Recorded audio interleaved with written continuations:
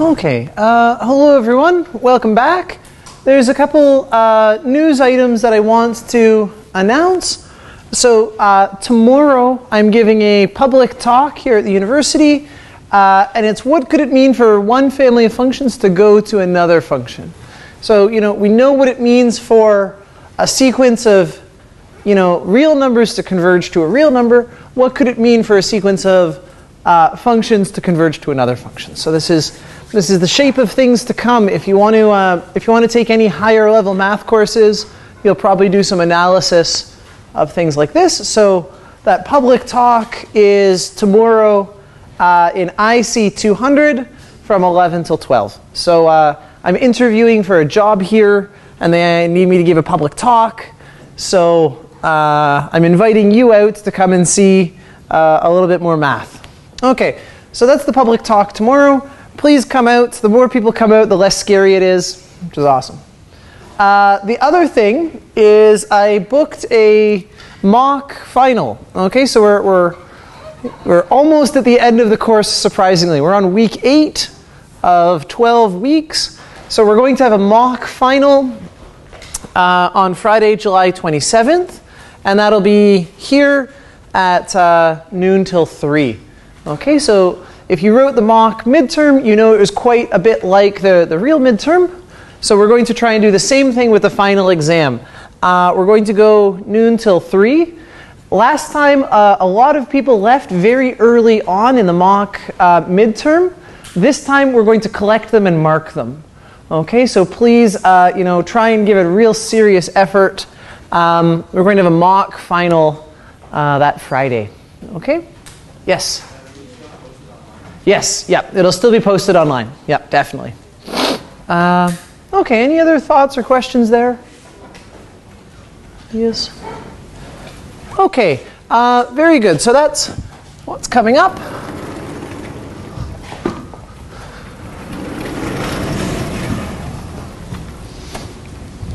Okay, but what are we up to today? So I want to say a little bit more about the second derivative test.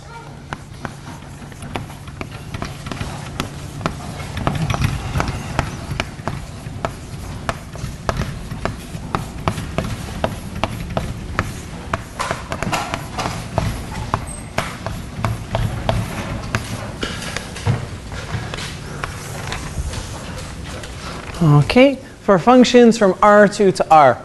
Okay, so what did we say last lecture? We said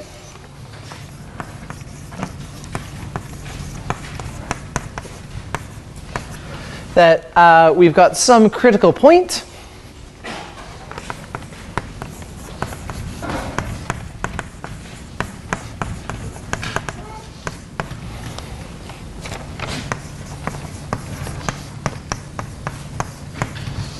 And that this guy is differentiable near C.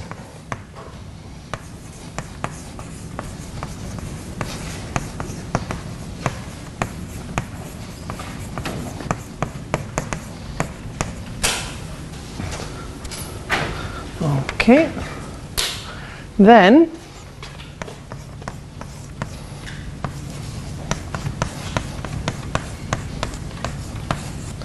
we look at the determinant of the Hessian for our function.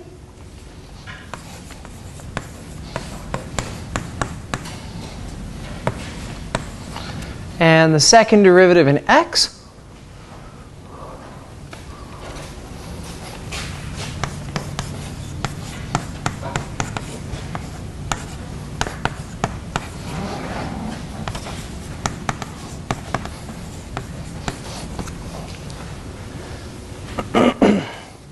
And then we wind up with a minimum.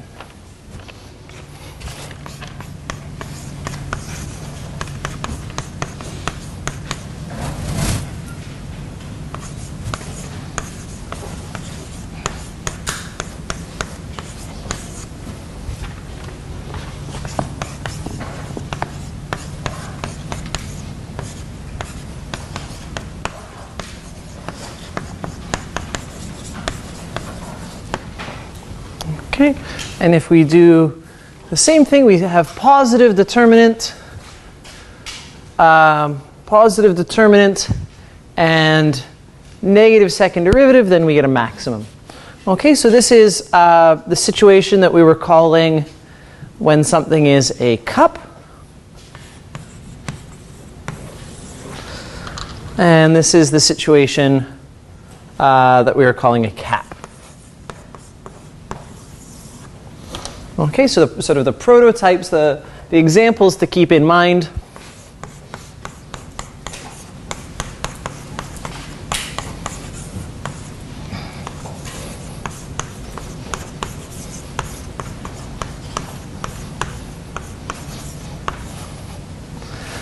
Are those two parabolas.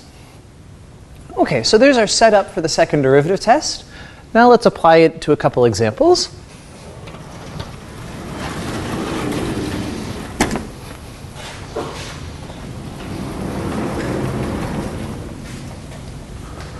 Yeah, for the folks who are just coming in, our mock final is July 27th.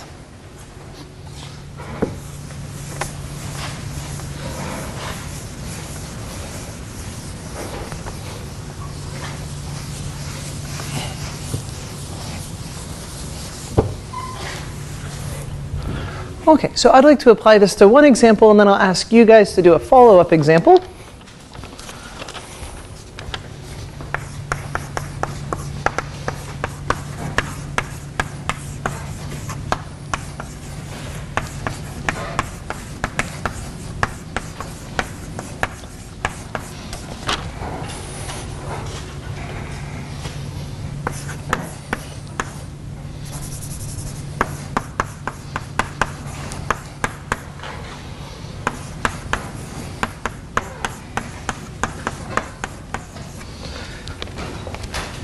Okay, so we want to classify the critical point of this as a min or a max.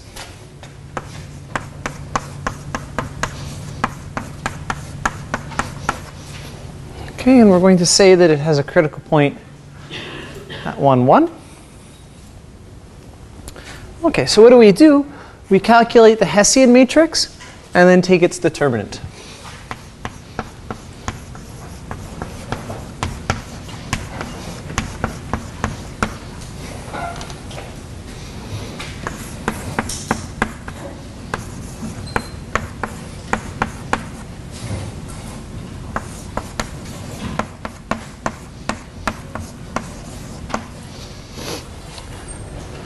Okay, taking the first derivatives, we get these guys.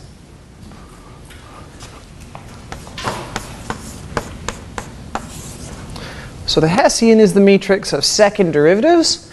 So our matrix of second derivatives, the second derivative in x will give us 2 over x cubed, 1, 1, 2 over y cubed. Okay, now we'll check which of the following things happens at the point 1, 1.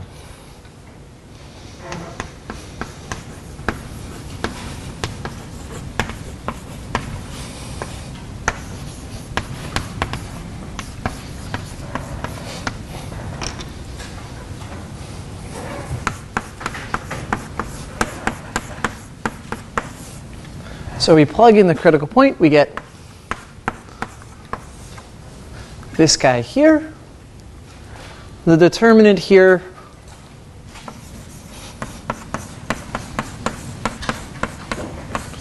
is 3.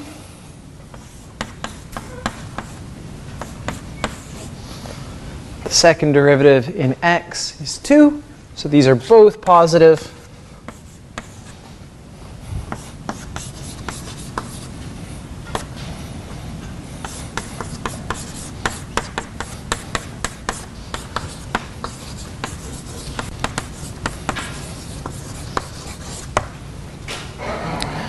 Okay, so we wind up getting a minimum. Okay, there are questions there, thoughts there?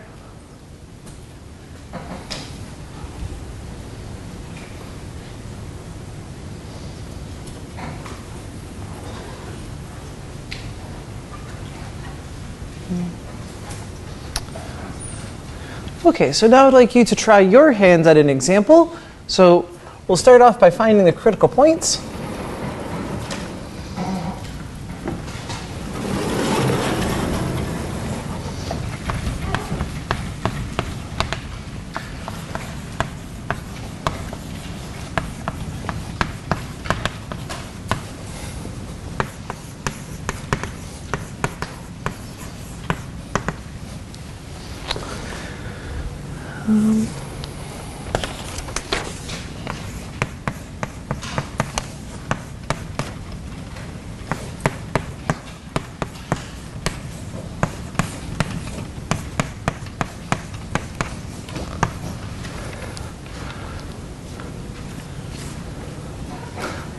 Okay, so take maybe 2 or 3 minutes and try and calculate out the critical points of this function.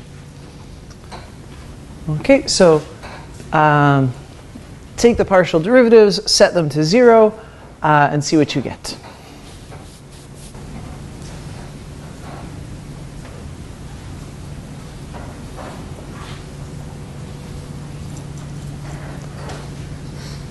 Okay.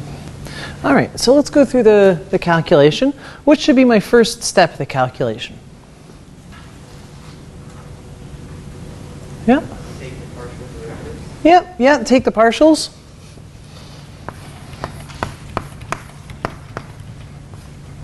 Okay, and what do I get for the partial derivative in x?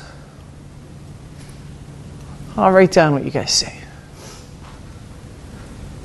Yeah? 2x Yeah. times e to the power of 1 minus x squared minus y squared Sure, yeah. plus Okay, plus. x squared plus 3y squared Okay. e to the power of 1 minus x squared minus y squared times 2x. I'll say negative 2x because there's a negative. Oh yeah. Yeah. Okay, great, very good. So let's group those terms together. We've got a common term of e to some stuff, and then a common term of 2x. So let's see what we get. We get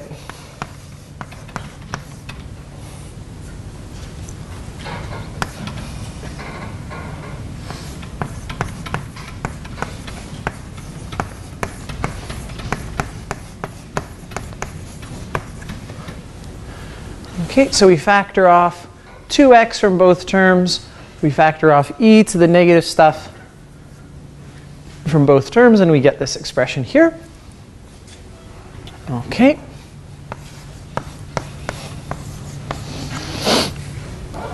All right, and now taking the derivative in y, we're going to get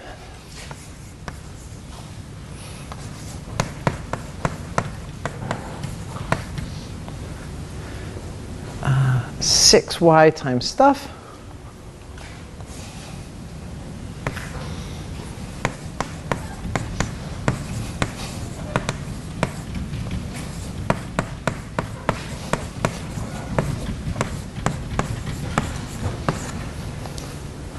something like this.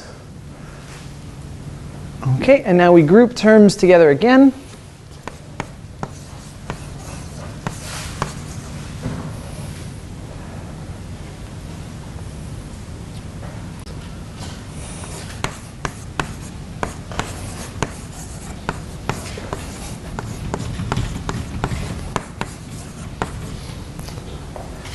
And we get here. Okay, so for this thing to be 0, we need some stuff to happen. So for it to be 0, we need one of these two terms to be 0. The e will never give us a 0, so it has to be coming from these two terms here. Similarly, for the second one to be 0, it has to be one of these guys.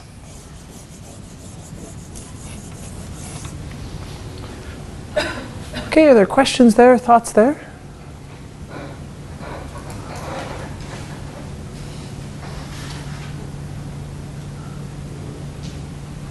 Okay, so far so good.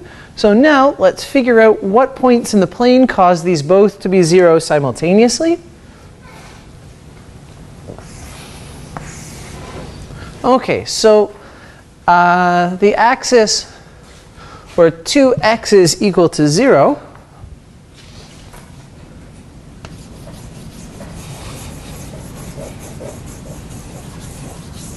that's all these points.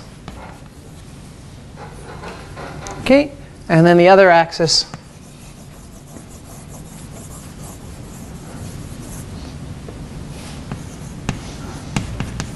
is where 2y equals 0. Okay, and now we have to figure out what these terms are saying. This guy here and this guy here.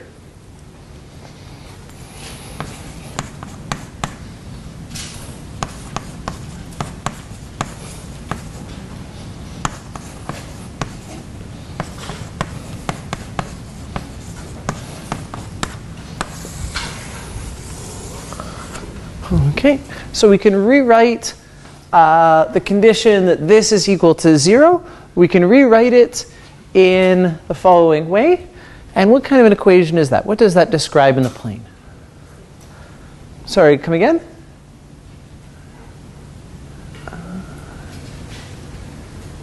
What kind of shape does this describe in the plane? Yeah, we've got an ellipse here. Right, and it's slightly skinnier in the y direction. Okay, so we get an ellipse that looks like this.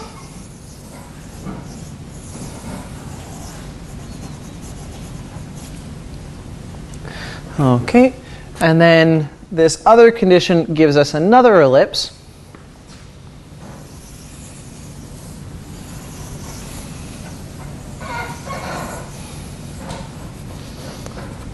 This. Okay, and now comes a sort of an important bit of reasoning, which is that these, to be a critical point, we need one blue term to be 0, and we need one green term to be 0. Okay, so looking at our diagram, we need a green line and a blue line to touch in order to get a critical point.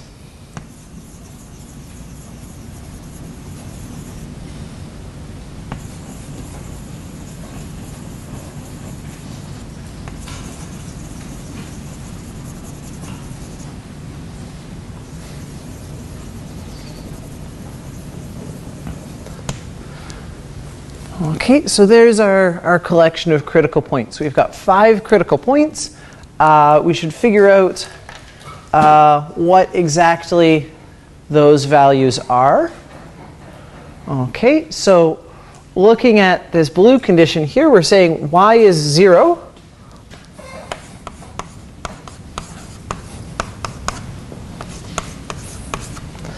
Okay, so this blue condition here, we're saying y is 0, so we get x is plus or minus 1. Okay, and then here, for these 2 critical points, we'll classify them in the same way. So now we'll set x equals to 0.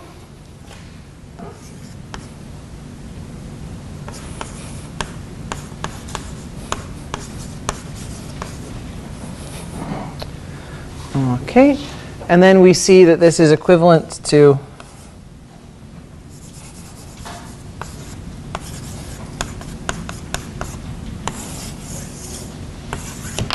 y being plus or minus 1.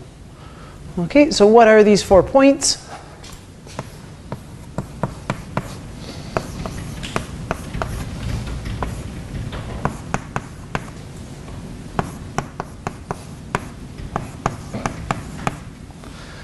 Okay, so we get 5 critical points like that. Okay, so all 4 of these guys lie on a circle. Okay, questions or thoughts there?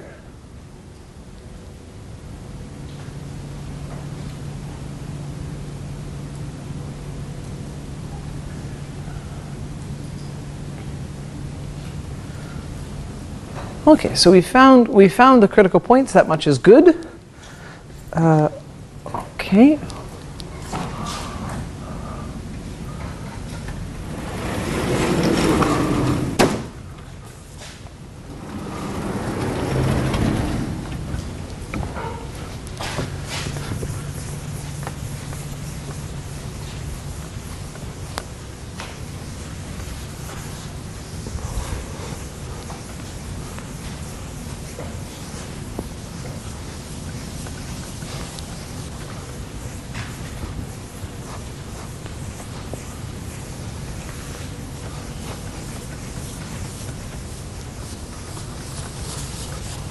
Okay, so sometimes when we're finding critical points, we have to do a little bit of geometry with our conditions, right? So it's not as straightforward as it is in one variable because we've got these two conditions happening simultaneously.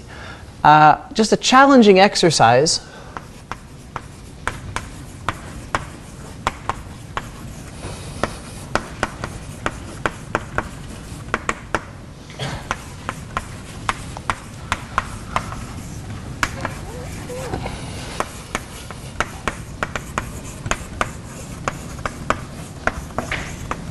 Okay, a challenging exercise based on that last one is to classify the critical points. Okay, it requires a fair bit of work.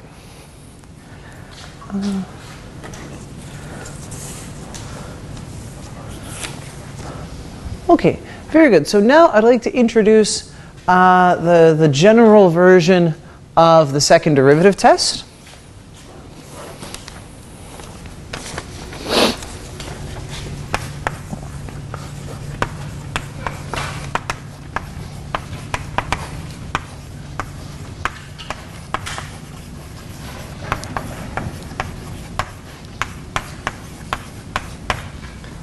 Okay, so this is more general in that it works with any number of variables.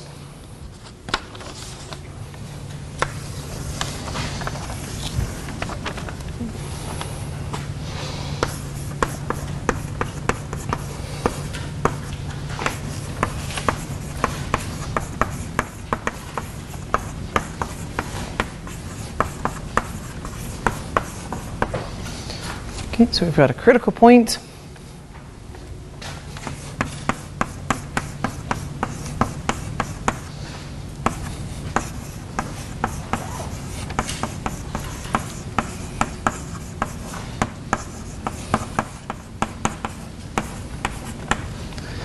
Now we've got our Hessian, and we're going to need the following family of matrices.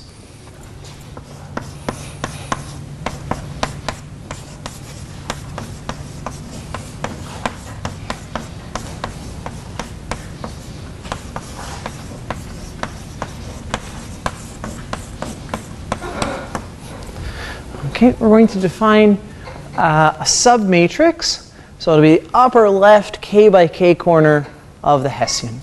Okay, so what does that look like?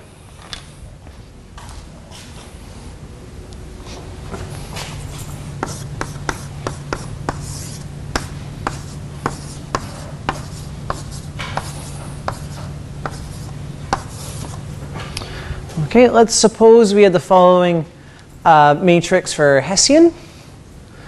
Then these matrices HK would be as follows.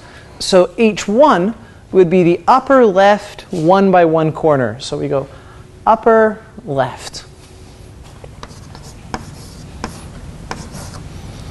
Okay, so we get this little submatrix here.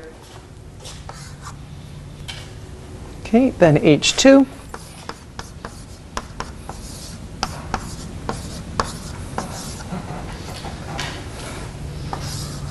And we get this guy.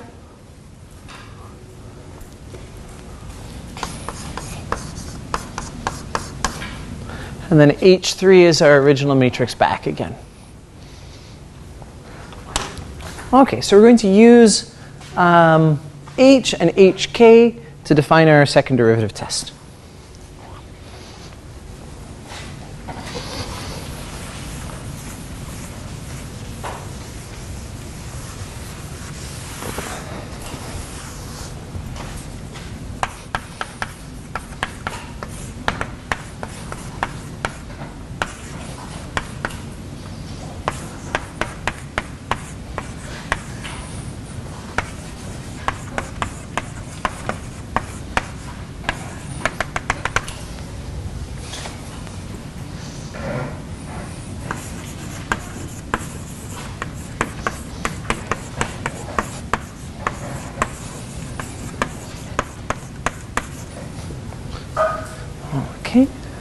So if our Hessian has positive determinant for all values of k,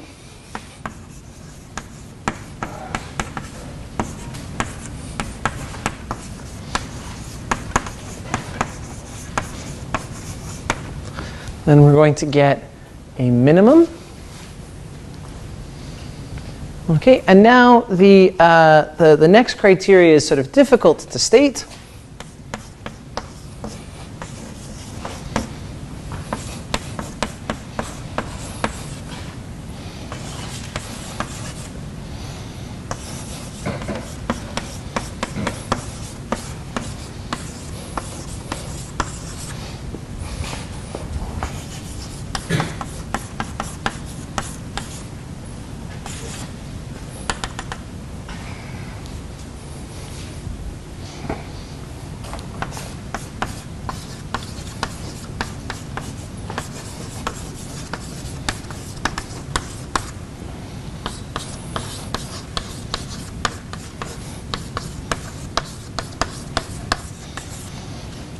Okay, if the submatrix has a determinant that goes negative, positive, negative, positive, then we wind up with a max.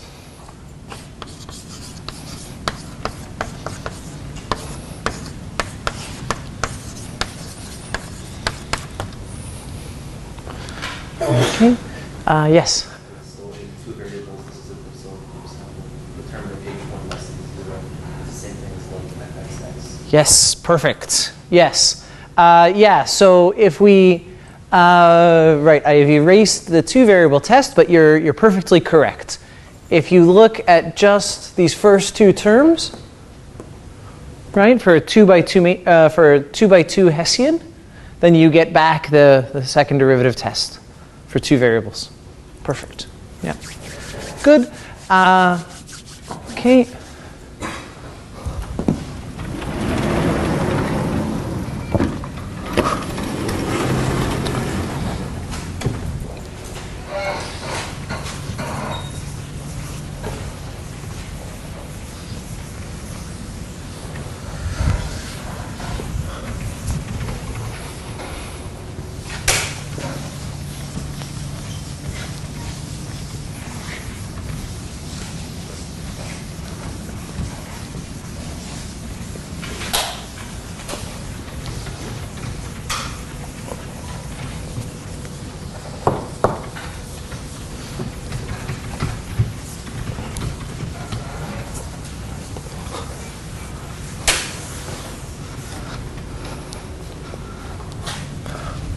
Okay, so let's look at the sort of the generalized version of these cup and cap examples.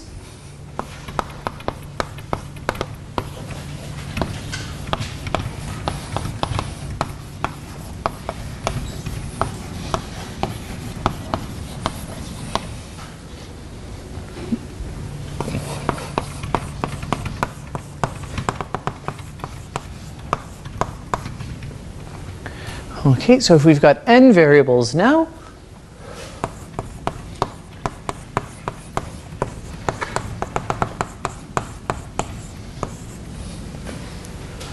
then we get a bunch of squares.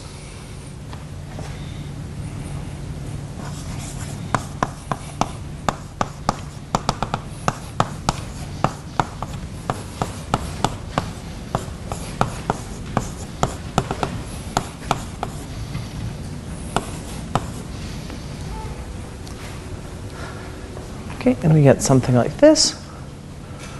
Okay, so this will have a critical point at the origin. This will have a critical point at the origin. Let's look at the Hessians at those points.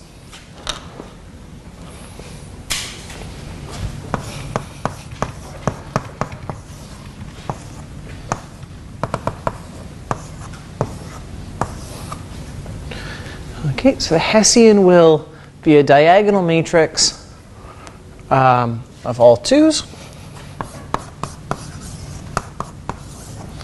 Here the Hessian will be a diagonal matrix of all negative 2's.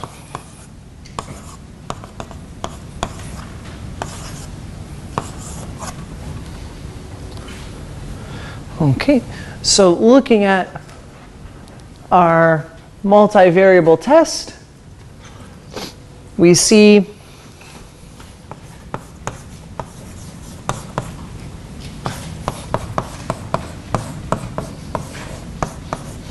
that the determinant here will be 2 to the k, so it'll always be positive, right? So for the generalized cup example, we're going to get positive determinant for all values of k.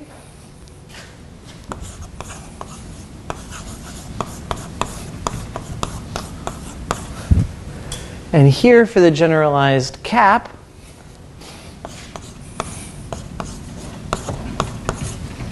we're going to get negative 2 to the k. So we're going to get that alternating sign behavior that we're looking for.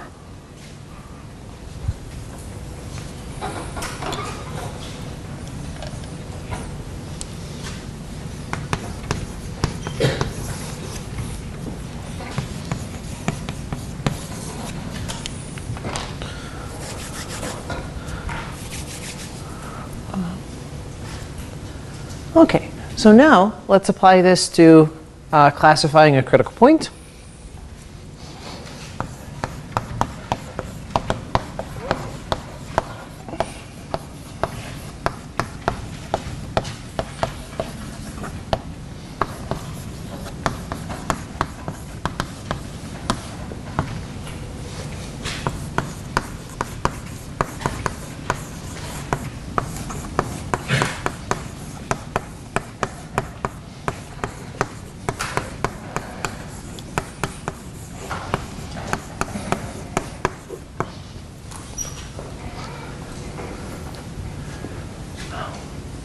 Okay, so here we've got a 3-variable function. So let's find its critical points.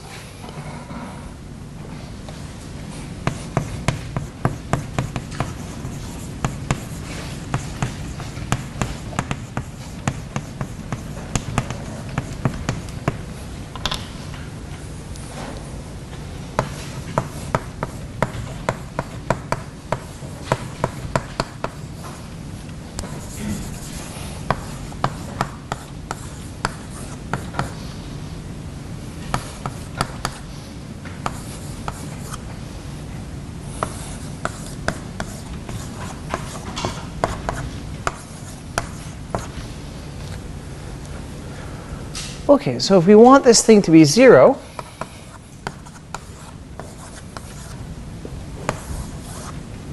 right, the only way we can make this 0 out is if x, y, and z are all 0.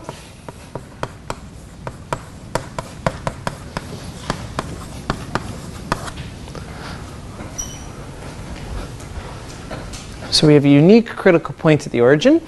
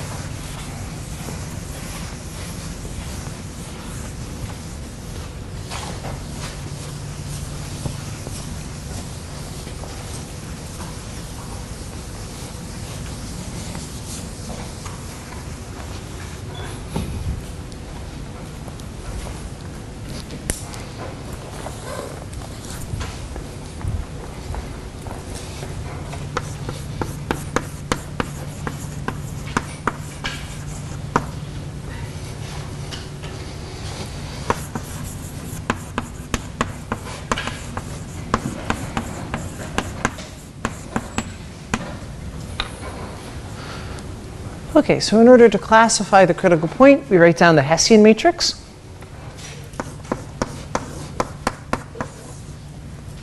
Okay, and for polynomials, we consider just read off the Hessian matrix. Right, we take the second derivatives. We're going to get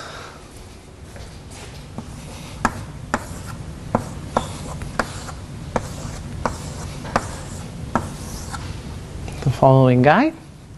Okay, the derivative, the xy derivative, the only term that's going to contribute is this guy x times y.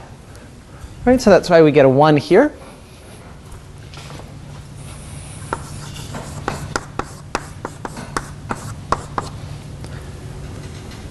Now we take the derivatives of the principal minors, sorry, these HKs.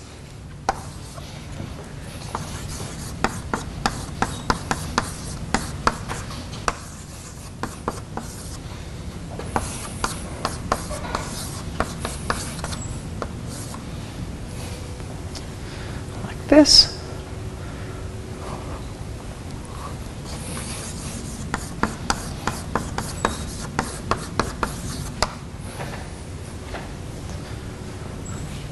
Okay, and all the entries in our list are positive now. All of these numbers are positive. So we're in this case here. So this guy is a minimum.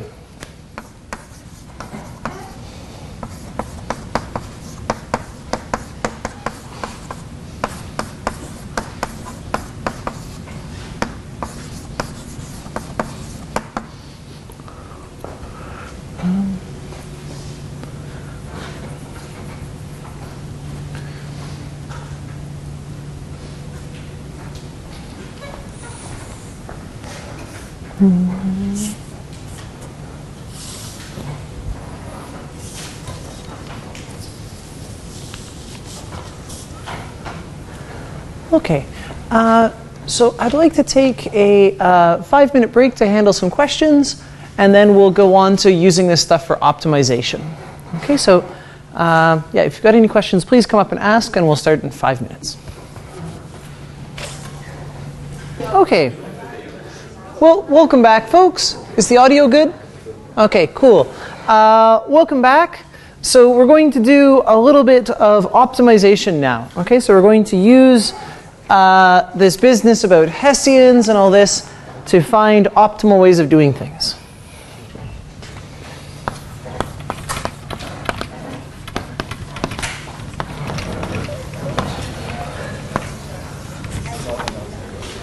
Okay.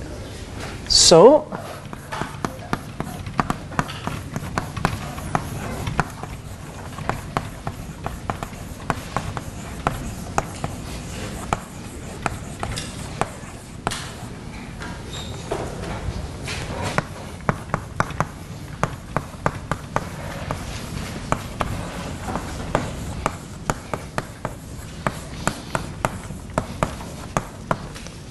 right, so back at the beginning of the course, we were able to do this by taking projections and all this kind of stuff. Now I want to do it using this Hessian optimization idea. Okay, so how do we go about setting this up? We need to define a function that will tell us where the optimal value is.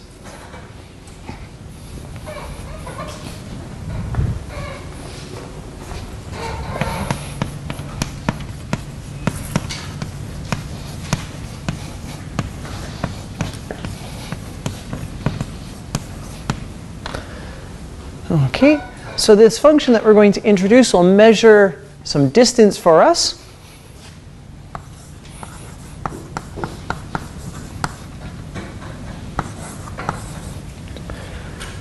Okay, so the distance squared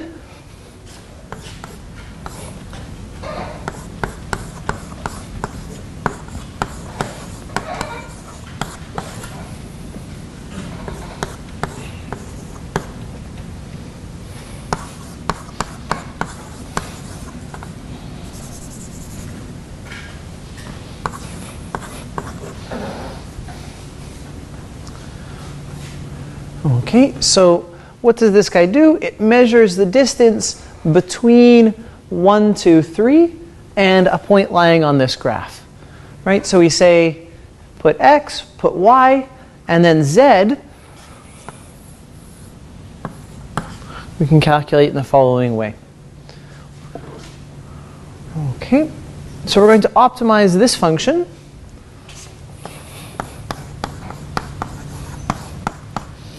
Okay, there's a bit of a subtle point here to make the calculations nicer.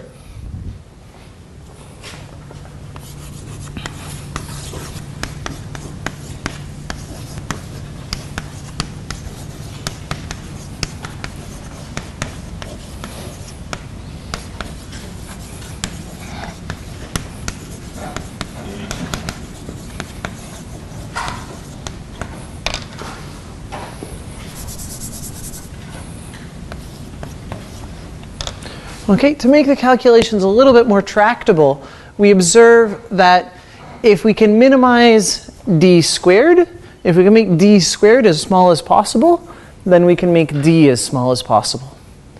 Okay, so when we make d squared small, that's the same as making d small. Okay, so let's optimize this function.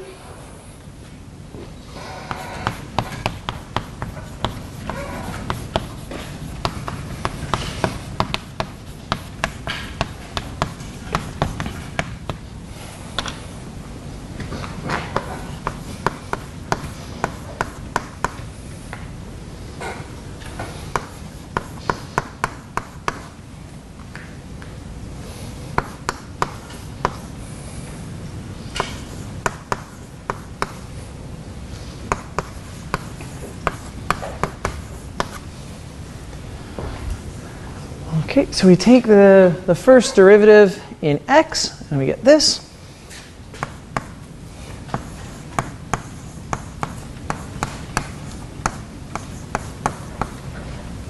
Oh, bang, whoops.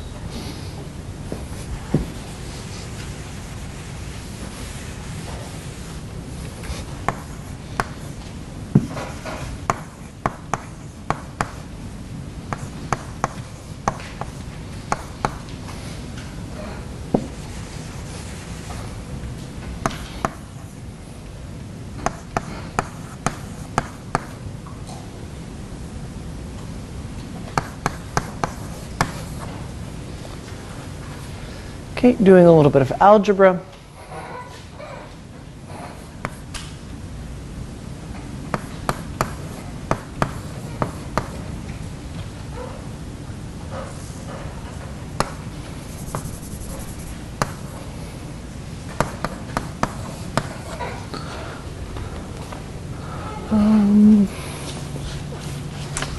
Is that right?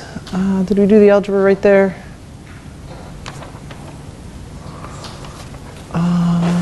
Yeah. Okay. Are typos? Hmm?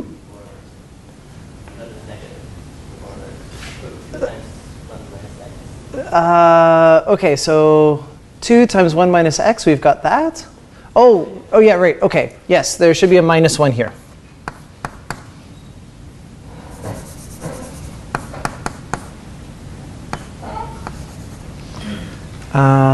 Okay.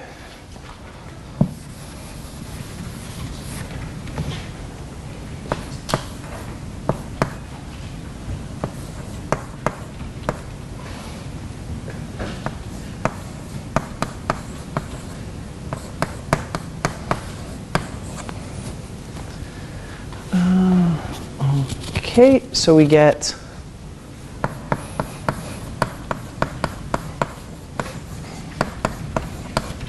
okay, sweet, good. All right, and now for df dy.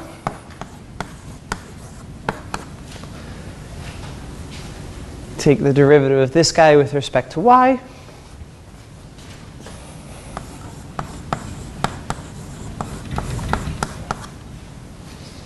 Okay, now we'll take into account that -1 there. Good.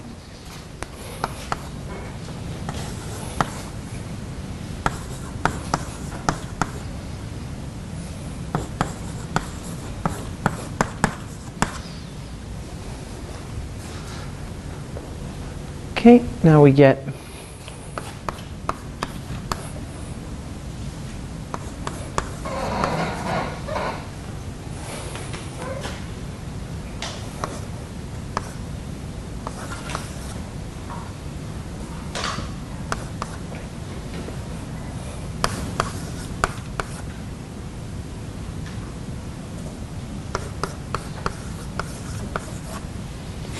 something like this.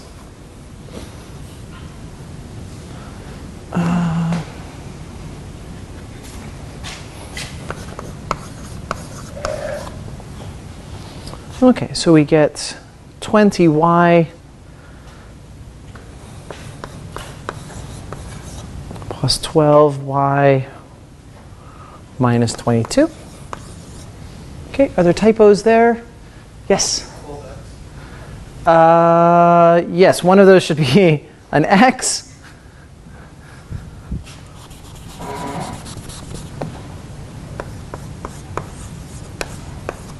Sweet. Okay, good. So we've got our first derivatives.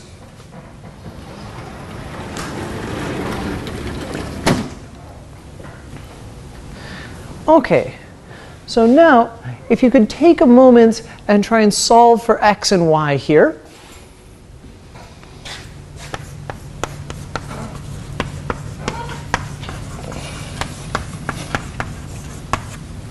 Okay, so take a moment, discuss with your neighbor, try and solve for x and y here now that we've got them written down.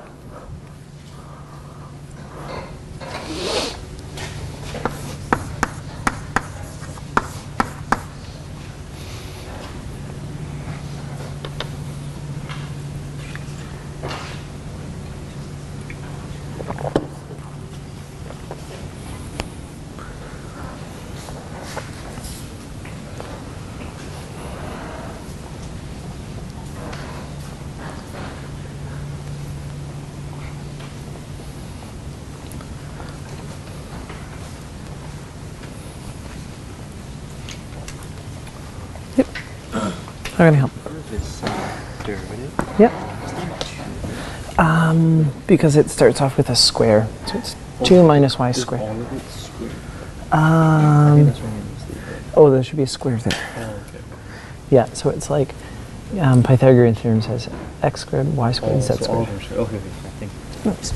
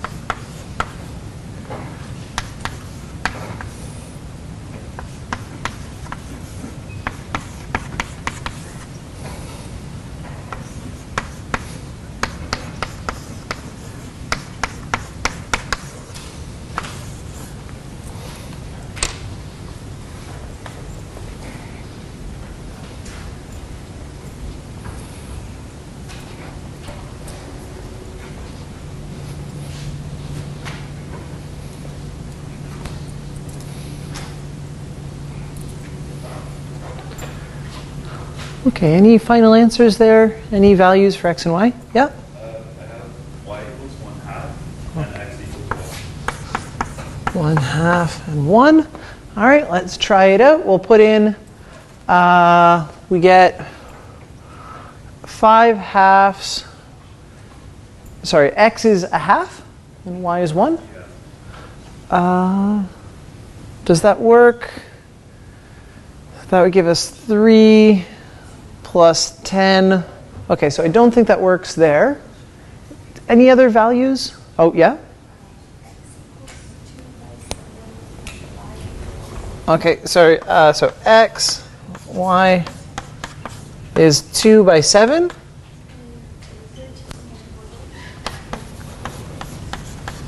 Okay, so let's try that. Let's see if those work. So that would give us 10/7. So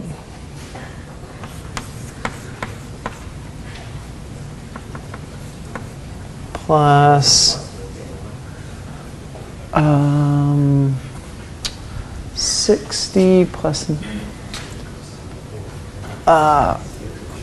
Okay, so let's plug this in for 6 times y. We'll get 78/14.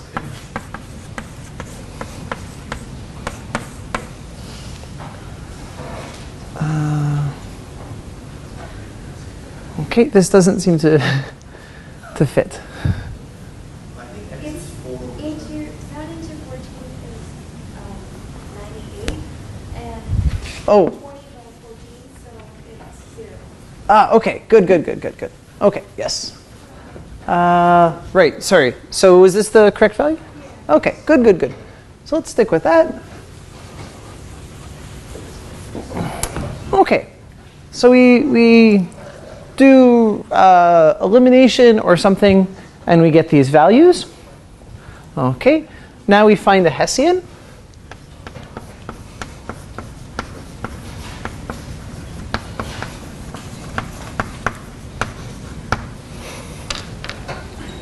Okay, so our Hessian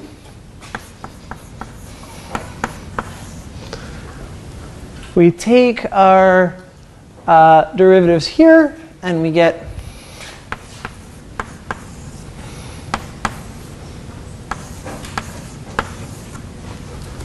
the following guy.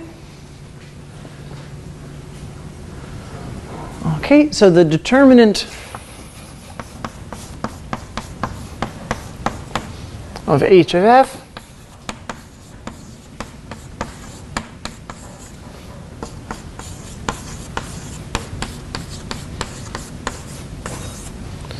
is going to be something positive. Okay, so we obtain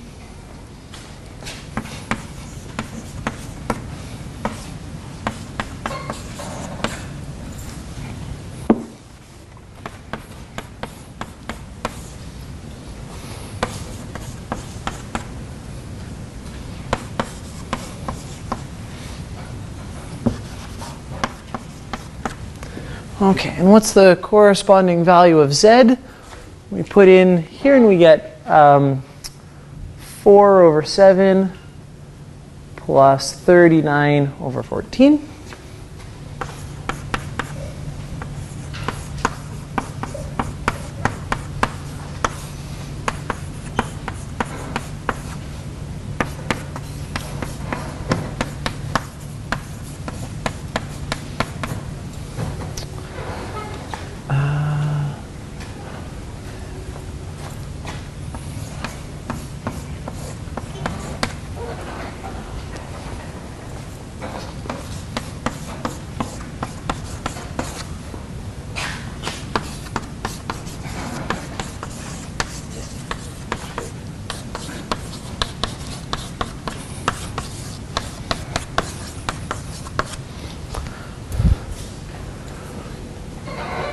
Okay, so taking our value, we substitute it into the equation for the plane, and we get our closest point.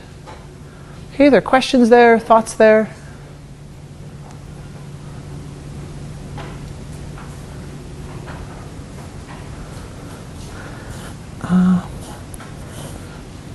Okay, very good. All right, so now I'd like to do a physical example of optimization.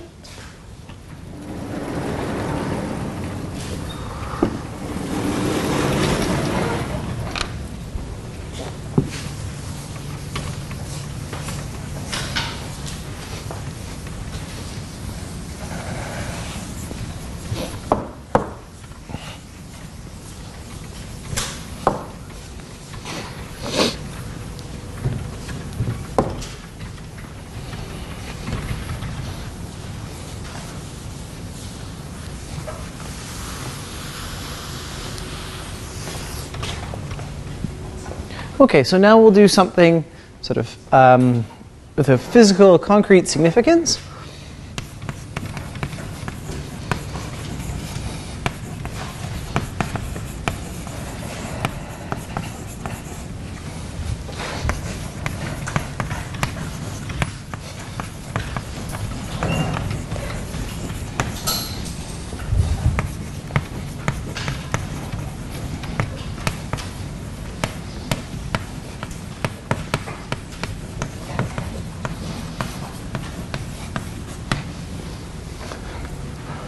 Okay, so we'll find the rectangular prism of volume V having the least surface area. Okay, so we want to make the surface area as small as possible while still having volume V. Okay, with these kinds of questions where you can picture what's going on, I highly recommend considering a bunch of different examples.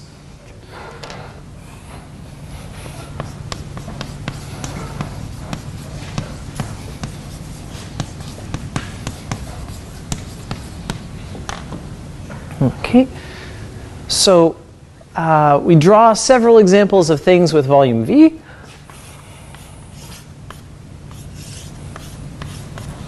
Right, we could imagine a long skinny thing.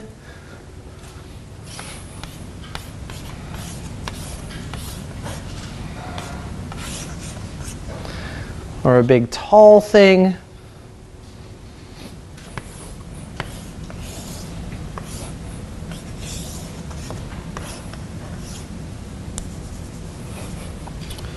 Or a big flat square thing.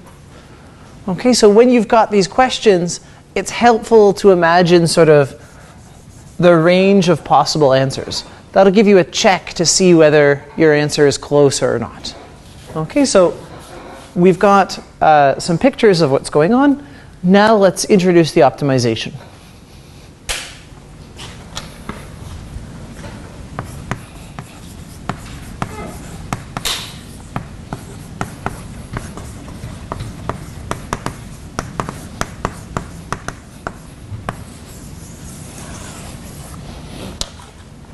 Okay, so let's rigorously define the optimization.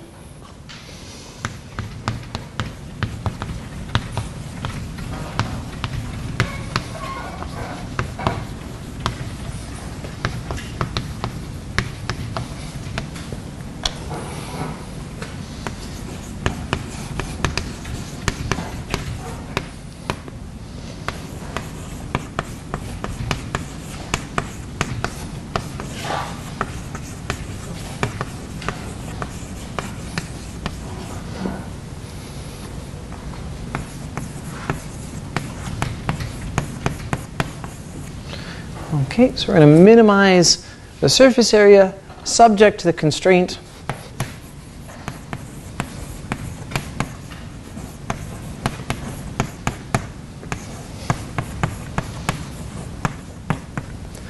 that we have that particular volume. Okay, so drawing a picture and labeling it.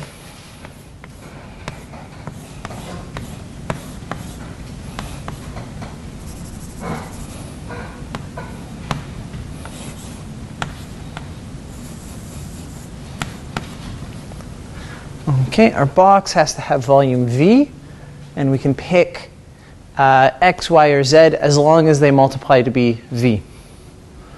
Okay, so far we haven't talked about what to do with constraints. So for the purposes of today's lecture, we're going to use the constraints to reduce the number of variables.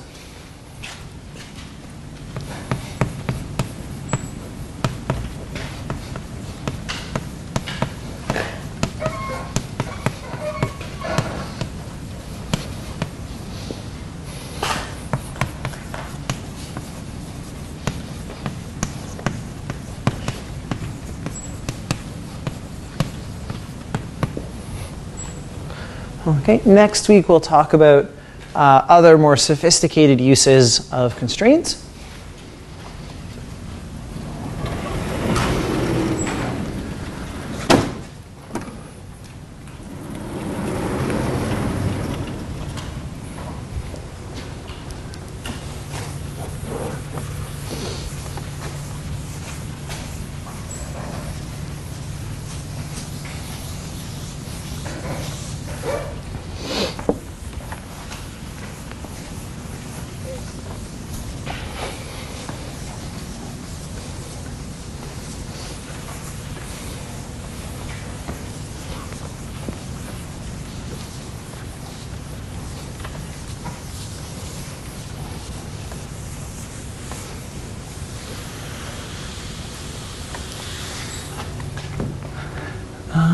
Okay, so we'll use the constraint to reduce the number of variables.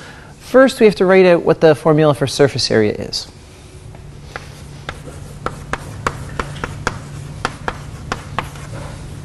right? So if our box has dimensions x, y, z, then we want to count the area of each face.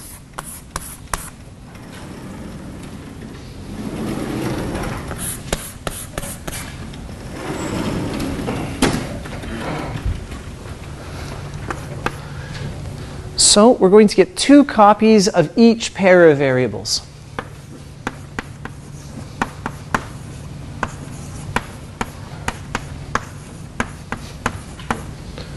Right?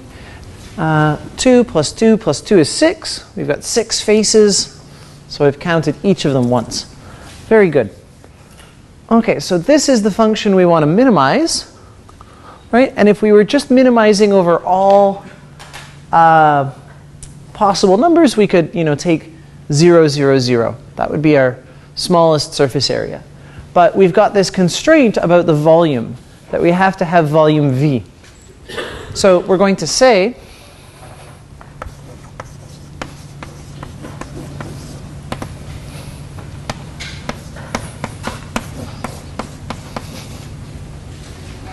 that Z must behave like this. So that'll give us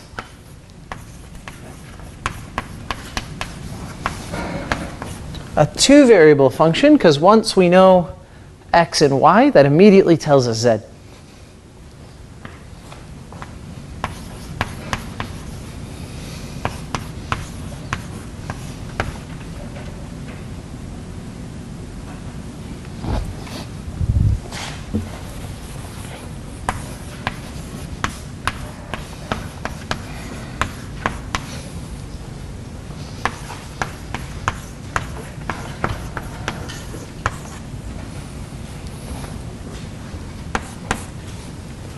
Okay, doing a little bit of algebra.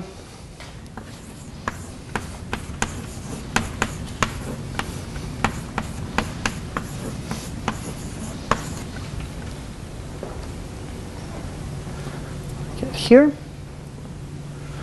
And now this is the function that we want to optimize for all values. We want to find the x and y that make this as small as possible.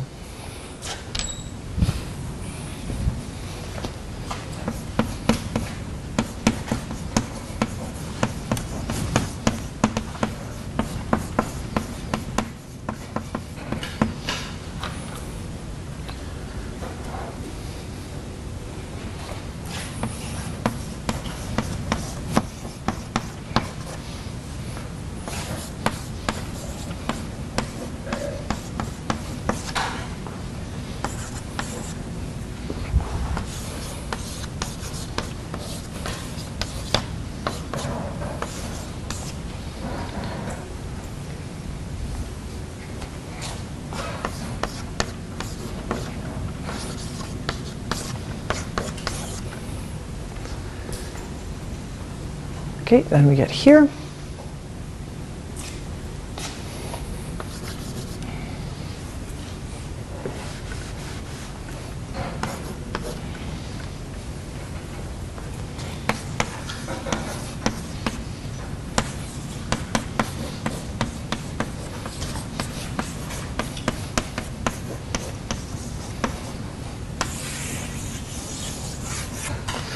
Okay, so for the optimal size of box, we're going to have these 2 relationships among our variables, and this will allow us to solve for one of them. So we'll say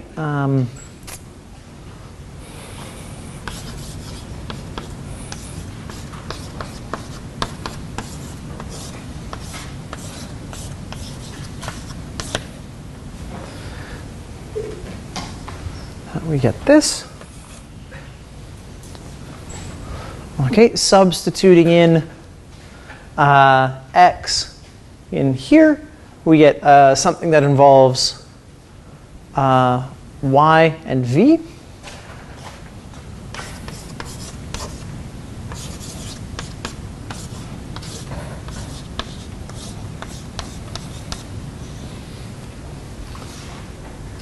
Oh, sorry, that's y to the 4.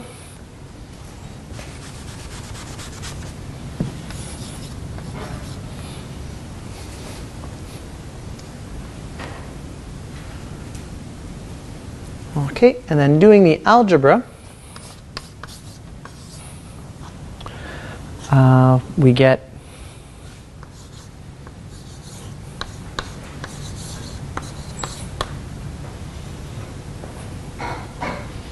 the following relationship.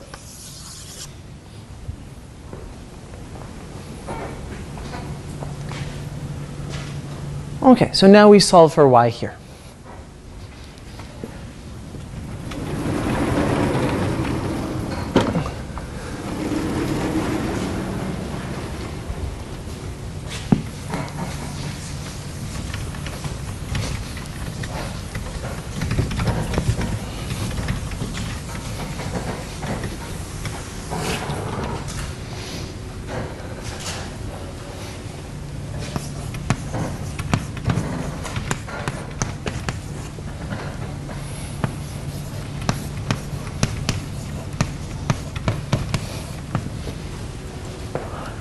Okay, so we've got two solutions. The solution y is equal to 0, or the solution y is equal to cube root v. All right, this one, y is equal to 0. We can't have that because then we'd have that z goes off to infinity or something. Okay, so we can't have this. So our only possibility is for this.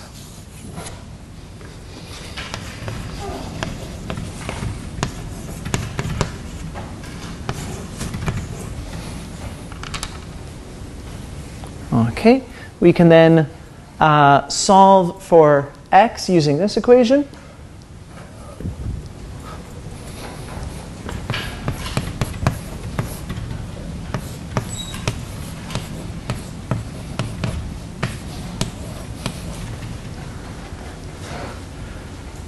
And then we can solve for z using this equation.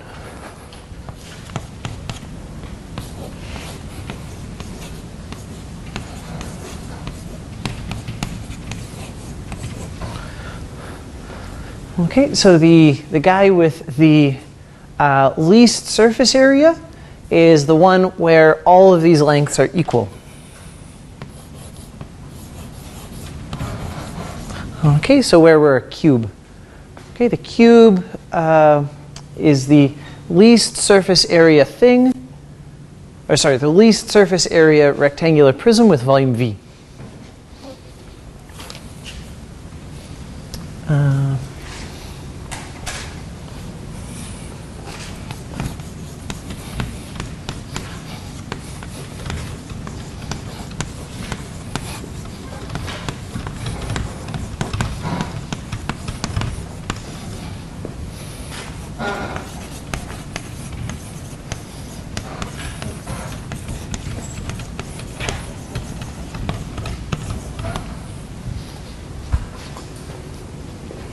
Okay, questions there, thoughts there?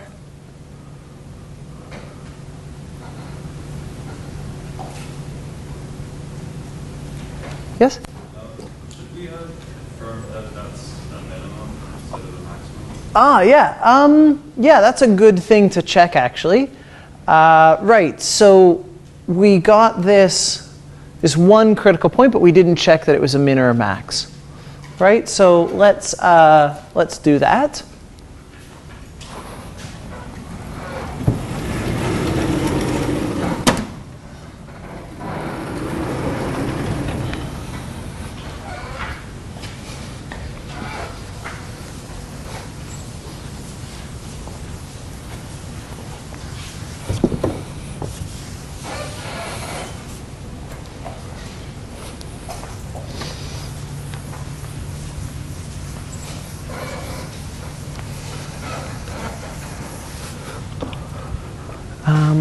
Right.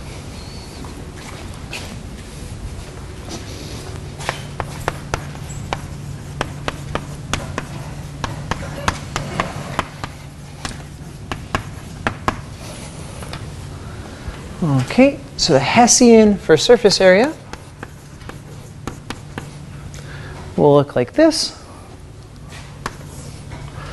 So we're going to get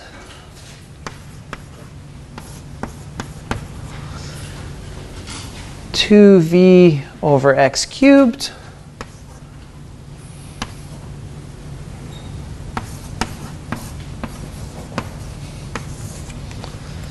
and then we get 2v over y cubed.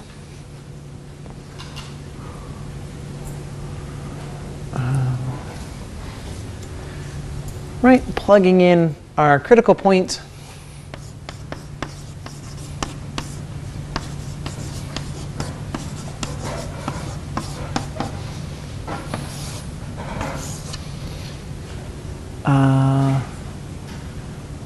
Uh-oh, that's very odd.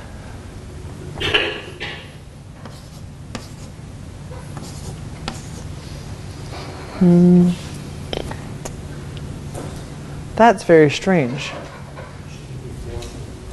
Let's see. Should it be 4v?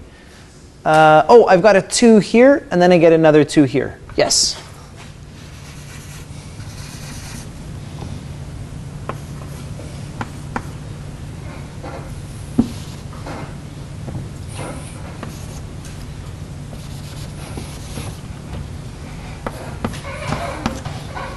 Okay, yes. Okay, so the determinant of the Hessian of surface area.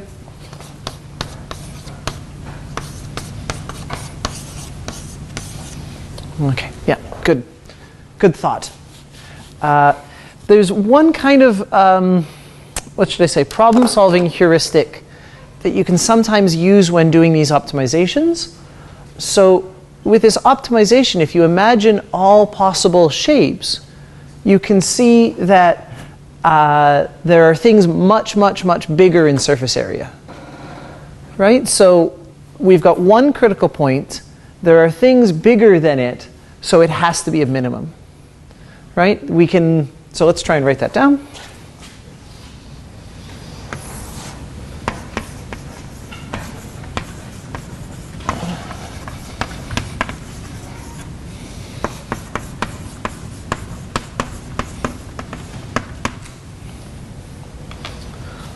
Okay, so a heuristic is sort of a guideline or a thought.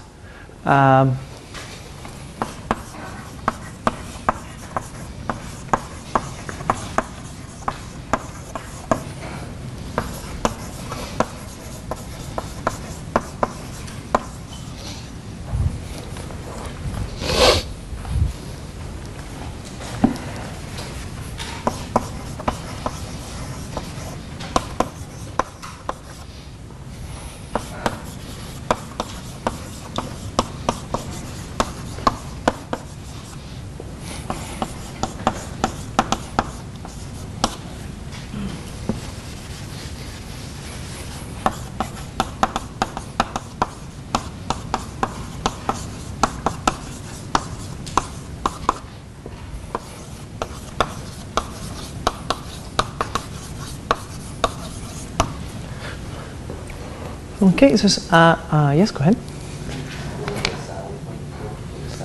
Right, sure, yes. Right, so it's possible that this thing would be a saddle.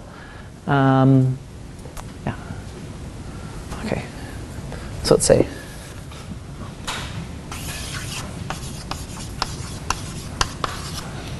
Okay, so it's not a definitive statement, but it should be a minimum. Okay. So sometimes when you're doing these optimizations, you can, by playing around a bit, you can get a sense for where the minimum should be, and that'll help you check your work. Okay, very good. So there's one more example of an optimization that I'd like to do. This one's from the homework.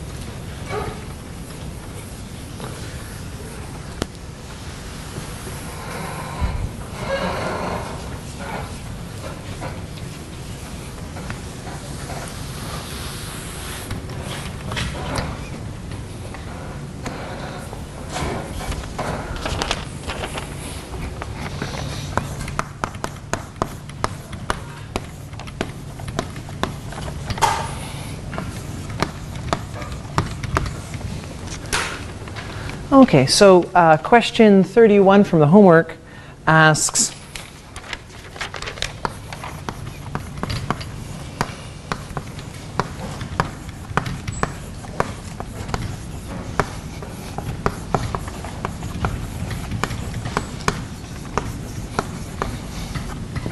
to ask 120, or sorry, to write 120 as a sum of three numbers.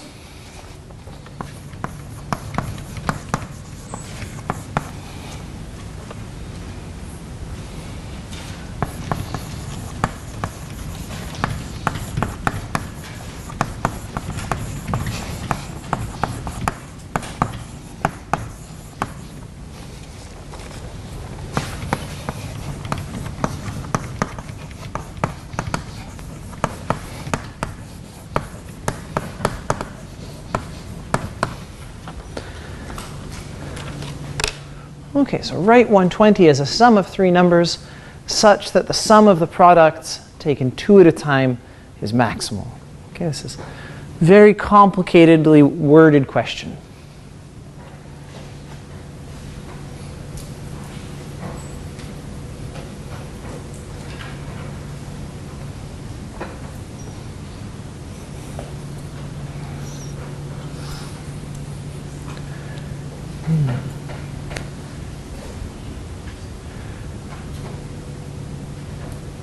Okay, so what does this mean? We'll write it mathematically. So by the way, back in the day, all math books used to be written kind of like this. Like if you read, like Fibonacci's books on math, it's all words. There's no notation almost. It's very strange. But let's introduce some notation and then we'll see what it's asking for.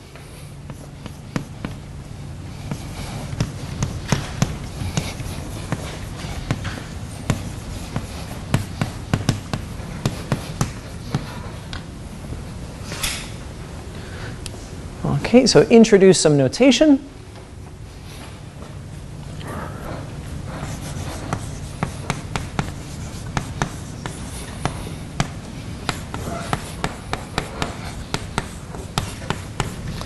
Okay, maximize something.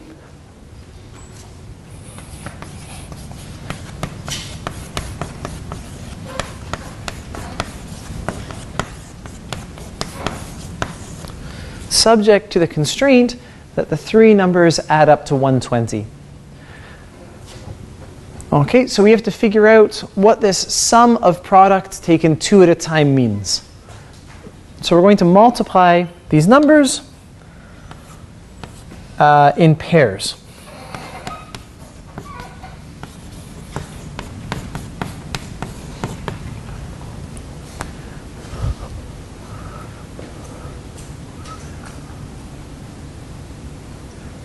Okay, so now we want to maximize the sum of the products subject to these guys adding up to 120. Okay, here it's a bit harder to visualize what's going on, but it's still helpful to think about things experimentally. Like, what if I take x is equal to 1, y is equal to 1, z is equal to 118? What happens then? What happens if I take these guys being 10, 10, and 100? Right? Does that make the product bigger or smaller, etc.? So you can kind of play around by assigning these particular values and seeing what happens to the function p.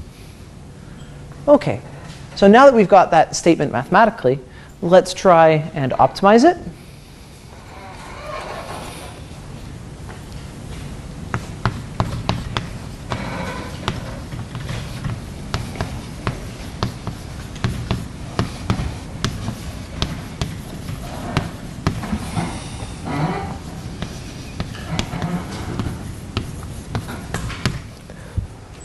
Okay, so we're going to use our constraint to reduce the number of variables.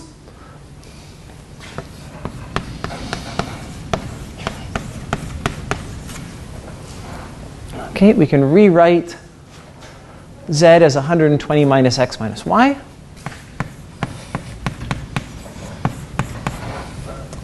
Then p of xy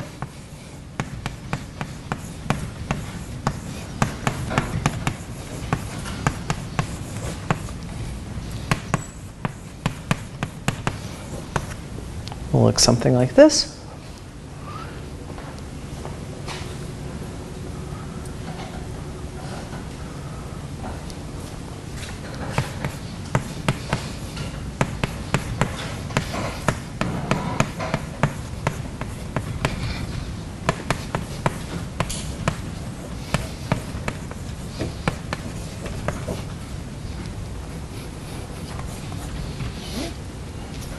Okay.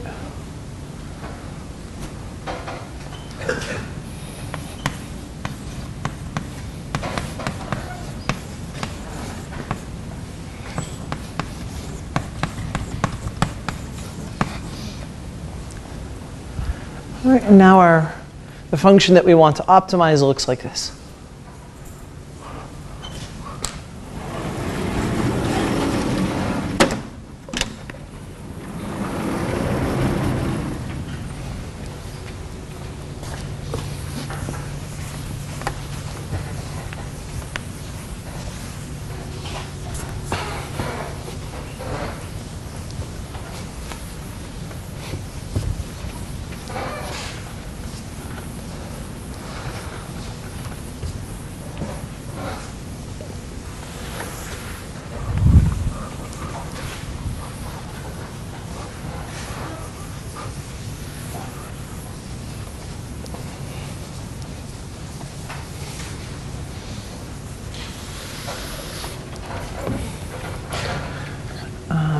Okay, so we'll follow our procedure for optimizing. We'll find critical points.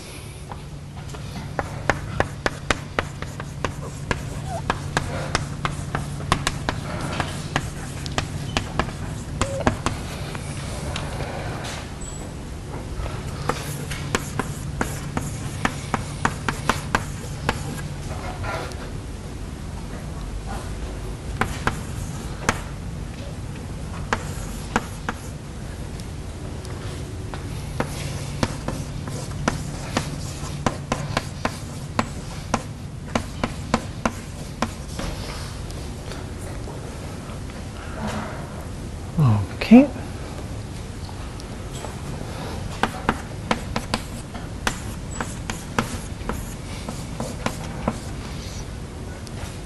All right, so again, we've got these two linear conditions.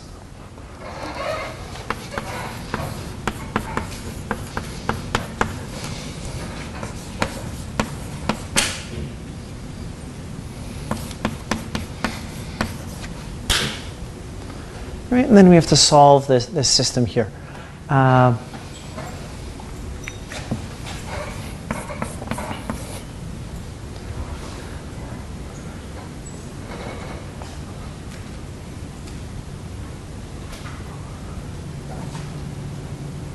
Okay, so we'd go about, we'd do the elimination or something. We'd isolate for x. We'd put that in here, and we'd get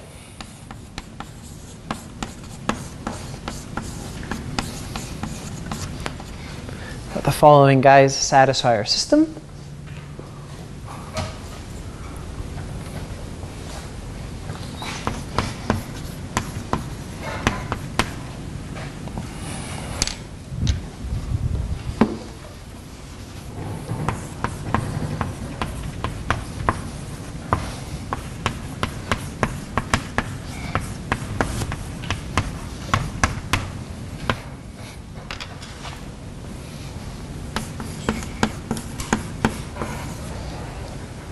Okay, here we would get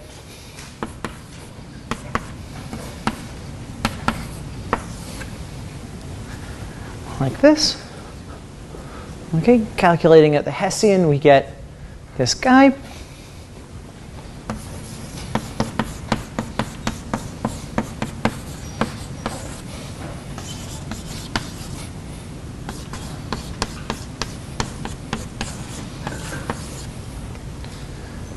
Okay, so now we are in the case of a maximum.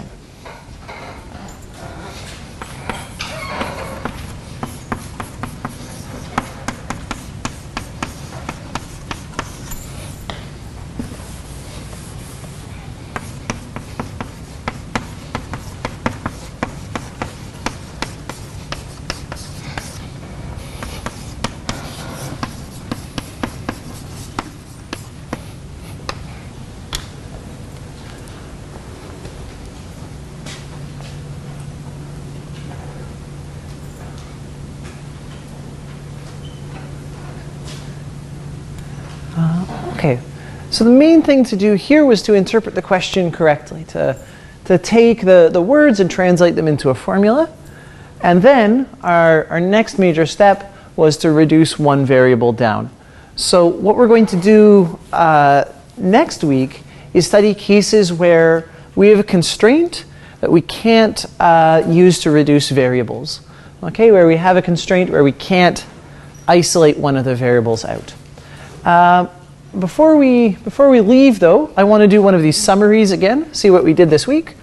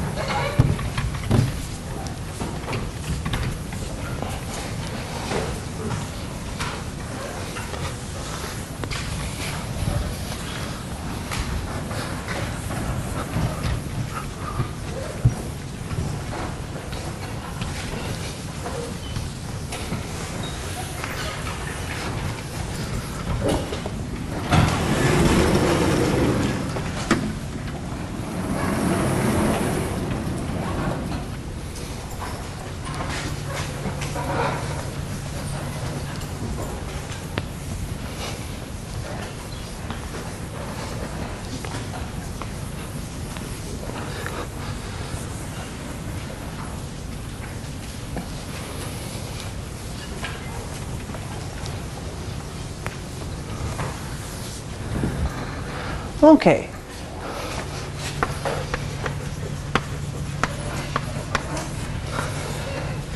So what were our major topics for the week?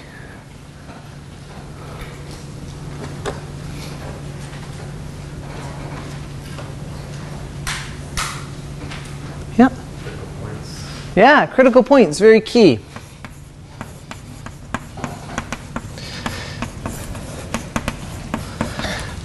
There's one kind of critical point that we didn't talk about very much, and I just want to put it here so that we have it at least on record.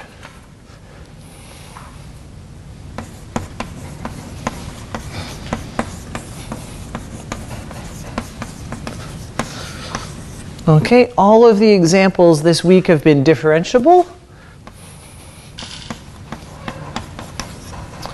or the other definition of critical point is when the gradient is 0.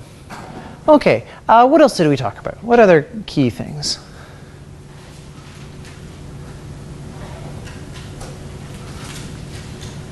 Yeah? Second derivative test. Yeah, so the two variable one.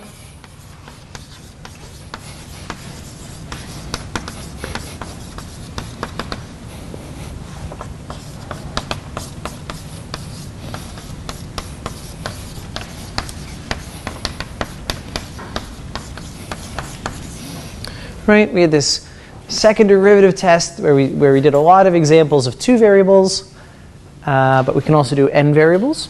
Okay, what else? What other key things?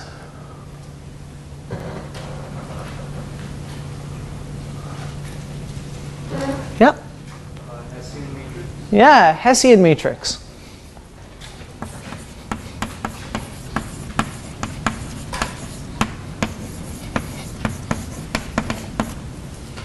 Yeah. Next week, I want to get a little bit more into the interpretation of what the Hessian matrix really means. I wanted to do that this lecture, but didn't get around to it.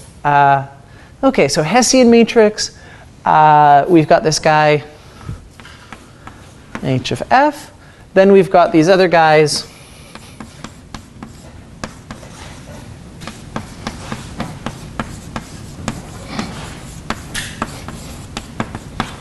Sort of smaller factors living inside h sub k. Okay, any other ideas from this week?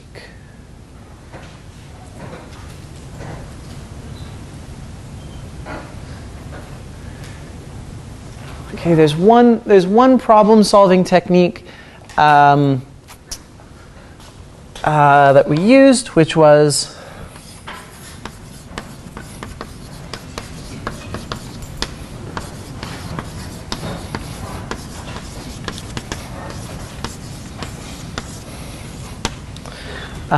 we can use constraints to drop down a variable. Okay, we can use constraints to reduce the number of variables. Oh, right. And then there's my favorite functions ever.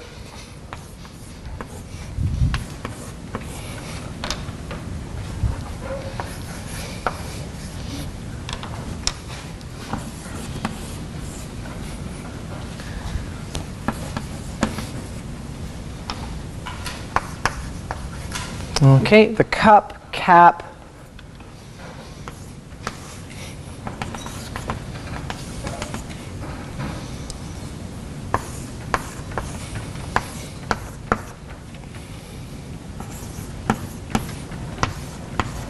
And saddle.